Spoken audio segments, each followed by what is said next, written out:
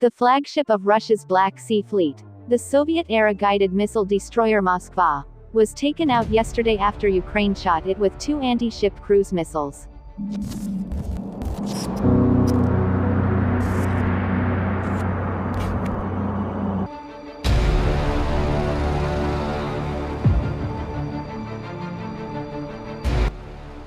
Ukrainian commanders destroyed the Moskva warship with pair of 1-ton missiles strike. The pride of Russia's fearsome Black Sea Fleet was taken out yesterday in one of the most cunning operations of the war. Ukrainian commanders destroyed the huge Moskva warship by using drones to distract its defense systems and allowing surface-skimming missiles to strike. The 12,500-ton cruiser's protective sensors seemingly did not see the Neptune rockets heading its way because they were tracking Turkish TB2 drones. Providing a massive boost to morale in Kiev, and a huge blow to Vladimir Putin's navy, 2 missiles slammed into the port side of the 611 feet Moskva, rocking her violently and causing a catastrophic explosion and huge fires. As flames lit up the stormy Black Sea, the ship's 510 crewmen frantically climbed into lifeboats and fled. The surprise attack took place at 2 a.m. yesterday as the Moskva, Russia's main command and control warship, was 60 miles south of Odessa. The ship's captain and air defense officers were said to be tracking the decoy TB2s. Unaware a pair of Ukrainian-made Neptune R-360 anti-ship missiles were heading their way after being launched from an artillery battery on the coastline. The missiles, each weighing a ton and with a range of 170 nautical miles, approached the Moskva at sea level. Traveling at such a low trajectory in rough seas meant they were difficult to track. Western officials said Ukrainian reports of the operation were credible, and the attack demonstrated their ability to strike the Russians in areas where they assumed they were invulnerable. One said, "The incident represents another enormous loss in terms of Russian credibility. They've been shown again to be vulnerable to attack. This is a question of competence. This is supposed to be a military which has modernized itself over the last decade. The Ukrainians have used their imagination and proved so resourceful. They are able to act on the fly to have an effect on Russian forces."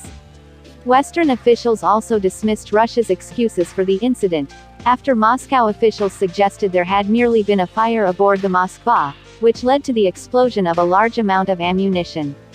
An official added, "I can't definitively tell you exactly what happened. But I am not aware previously of a fire on board a capital warship, which would lead to the ammunition exploding."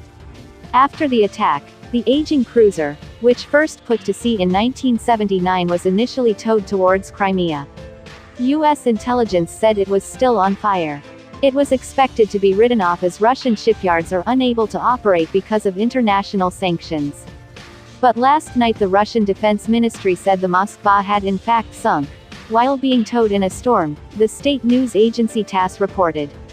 In terms of military hardware, the Moskva represents the largest single loss to Russia's armed forces since the war began. It is also understood to be one of the largest ships lost in combat since the Second World War.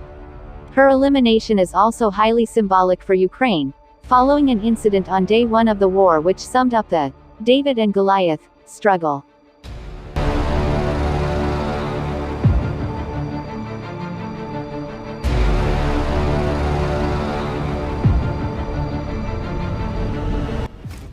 On February 24, the Moskva, imposing both in size and armaments, approached Snake Island, a tiny feature off Ukraine's southern coastline protected by just 13 troops.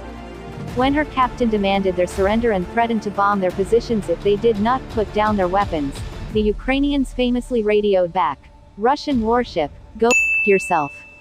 Yesterday's highly sophisticated sortie came just hours after the U.S. acknowledged it was providing direct intelligence support to enable precision targeting of Russian assets.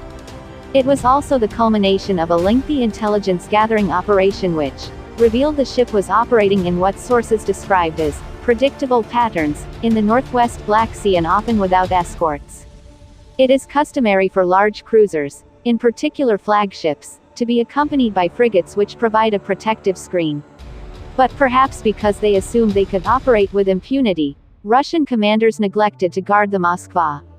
The incident is expected to make Russian naval commanders more wary when operating near Ukraine's southern coastline.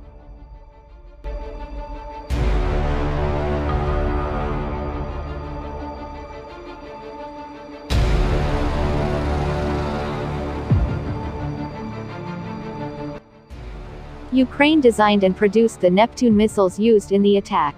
Ironically, it is based on a Russian design. Warship experts said, working on the assumption the Moskva was hit by anti-ship missiles. This raises questions about the operational capabilities of the Slava-class cruisers and the state of the wider Russian Navy. In theory, the ship's anti-air defense capabilities should provide enough cover to avoid being hit by a subsonic missile like Neptune.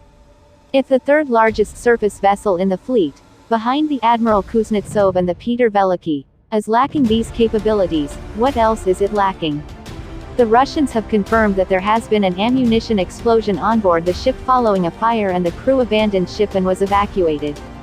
This would probably be one of the most expensive losses of the war for the Russians. Thank you so much for watching. If you like this video, please subscribe to our channel. Thank you.